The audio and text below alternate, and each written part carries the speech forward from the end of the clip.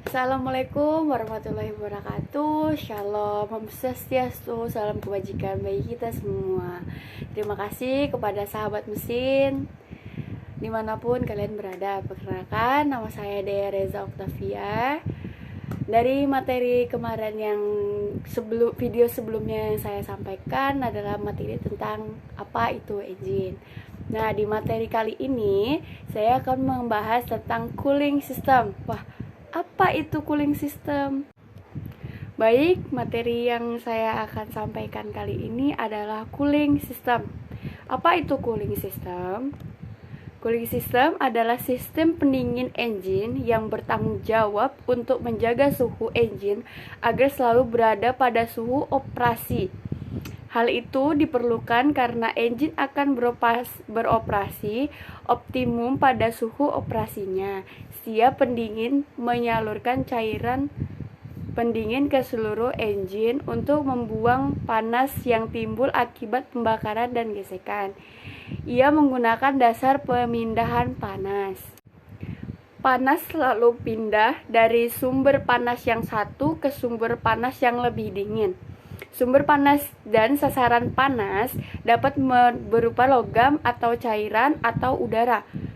Apabila perbedaan suhu tersebut semakin jauh, maka makin panas akan perpindahan. Berikut adalah bagian-bagian sistem pendingin. Yang pertama adalah water pump, kedua oil killer, ketiga lubang-lubang pada engine block dan cylinder head, keempat temperatur regulator dan rumahnya, kelima radiator, keenam radiator cap, dan ketujuh hose adalah pipa-pipa penghubung. Tambahan kipas umumnya digerakkan oleh tali kipas berletak dekat radiator berguna untuk menambah aliran udara sehingga memindahkan panas lebih. Water pump terdiri dari sebuah impeller dengan kap kipas berbentuk kurva di dalam rumah water pump tersebut. Bila impeller berputar, baling-baling kurva mengalirkan air keluar rumah water pump. Oil cooler dari saluran keluar water pump. Cairan pendingin mengalir ke oli cooler. Oli cooler terdiri dari satu set tabung dalam rumahnya. Pada contoh ini, cairan pendingin mengalir melalui tabung-tabung pembuang panas oli yang ada di sekeliling tabung.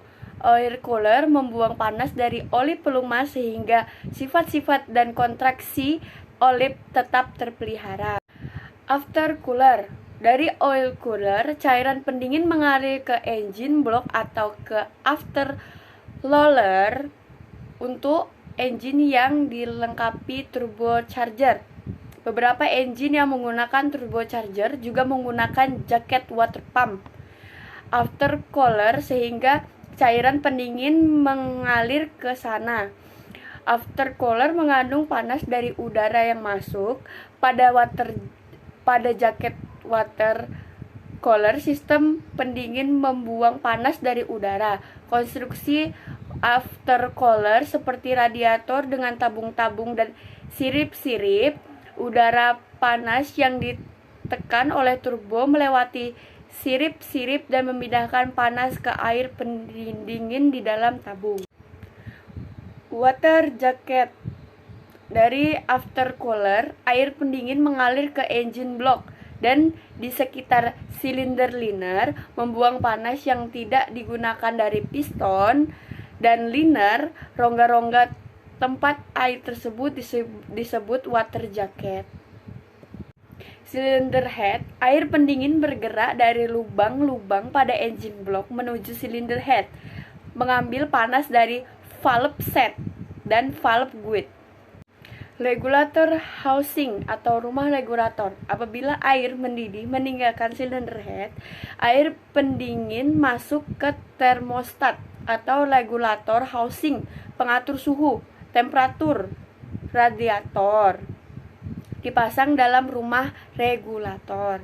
Pengaturan suhu, temperatur bekerja seperti polisi jalan raya pada saat pendinginan. Regulator bekerja untuk menjaga suhu kerja engine. Kadang-kadang regulator mengalirkan air pendingin melalui radiator, kadang-kadang ke pipa bypass untuk kembali ke pompa air water pump. Bila engine dingin, regulator menutup. Air pendingin mengalir kembali ke water pump, tidak melalui regulator tetapi melalui pipa-pipa base. Ini akan membantu mempercepat memanaskan engine. Bila engine mulai panas, suhu air pendingin mulai naik sampai mencapai suhu pembukaan radiator. Bila regulator membuka lebih lebar dan lebih banyak lagi air yang menuju radiator. Bila regulator membuka, air pendingin mengalir melalui pipa-pipa atau selang-selang di bagian atas radiator yang telah mengambil panas engine di dalam radiator. Situasinya dibalik. Air mendinginkan melepaskan panas ke atmosfer. Ke dalam radiator, air pendingin mengalir ke atas ke bawah. Tabung dan sirip-sirip bekerja dengan sama membuang panas. Yang terakhir adalah fan. Fan adalah kipas pemindahan panas melalui radiator dengan membantu kipas-kipas menambah aliran udara melewati tabung dan sirip radiator. Ada dua tipe kipas, yaitu tipe kipas hisap dan tipe kipas tiup. Yang tipe kipas hisap menarik udara melalui radiator dan kipas tiup menahan udara melalui radiator. Beberapa engine menggunakan tali kipas untuk menggerakkan kipas pompa air atau komponen lainnya. Bila tali kipas terlalu kendor, kecepatan putar kipas turun. Ini akan mengurangi aliran udara melewati radiator dan akan menurunkan kemampuan sistem pendingin. Heat exchanger.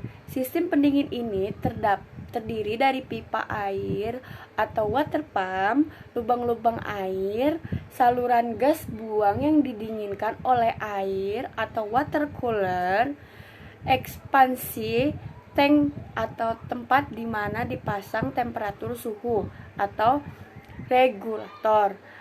Air laut yang mendinginkan juga mempunyai pompa, pipa-pipa dan selang-selang tersendiri. Pada dasarnya X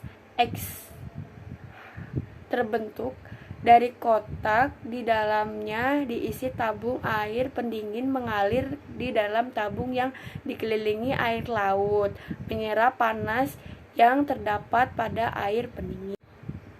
Ya, sekarang masuk ke fuel system. Yang pertama ada zinc rod atau batang seng. Batang seng dipasang pada engine kapal untuk mengurangi karat. Seng lebih rentan pada karat daripada logam lain di sistem pendingin. Bila seng dilalui air laut, seng tersebut lebih cepat berkarat. Proses perkaratan karena air laut disebut dengan korosi. Batang seng tersebut anoda dan berkorban sebab dia dirancang untuk berkarat daripada benda lainnya. Batang seng harus selalu diperiksa dan diganti bila. Sistem bahan bakar. Jumlah bahan bakar yang dibakar di dalam engine berhubungan langsung terhadap jumlah horsepower dan torque wrench yang diperlukan. Secara umum, bertambah banyak bahan bakar yang diterima engine, maka bertambah torque wrench yang tersedia pada flywheel. Sistem bahan bakar memberikan bahan bakar yang bersih pada saat yang tepat dan pada jumlah yang sesuai untuk memenuhi kebutuhan horsepower yang diperlukan. Komponen sistem bahan bakar menyesuaikan jumlah bahan bakar yang diberikan untuk memenuhi kebutuhan horsepower dengan merubah atau mengatur jumlah bahan bakar yang waktu dan tepat untuk diinjeksikan. Pompa dan penyalur bahan bakar terdiri dari fuel tank atau tangki bahan bakar. Fuel filter adalah saringan bahan bakar. Transfer pump adalah pompa bagian bawah. Yang kelima ada governor. Keenam ada timing advance. Yang ketujuh fuel rate control. Yang kedelapan high pressure fuel lines. Yang kesembilan low pressure fuel line. Tangki bahan bakar. Tangki bahan bakar adalah tempat penyimpanan bahan bakar. Tangki bahan bakar tersedia dalam berbagai macam ukuran. Anda dapat mengunjungi tangki pada bahan bakar yang terletak pada beberapa posisi tergantung pada pemakaiannya. Aliran bahan bakar. Bahan bakar mulai mengalir ketika start untuk menghidupkan engine.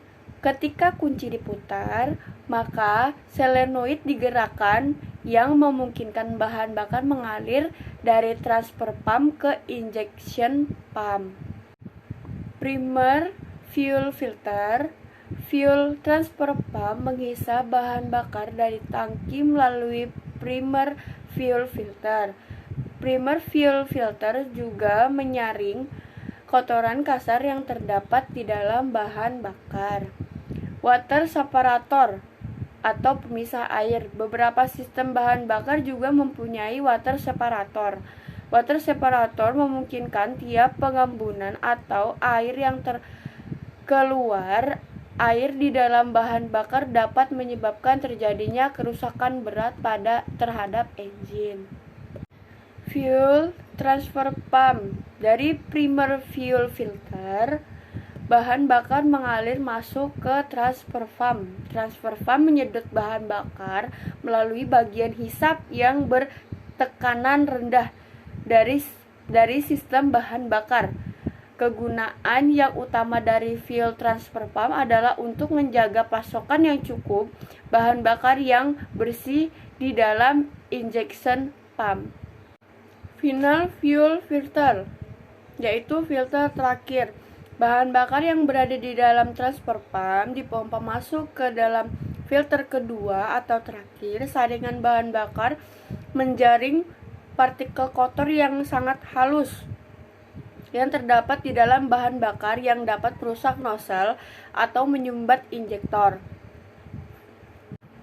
Priming pump. Secara umum, filter bahan bakar terakhir terpasang bersama dengan priming pump pada base-nya. Anda dapat menggunakan priming pump untuk memperlancar pengisian fuel.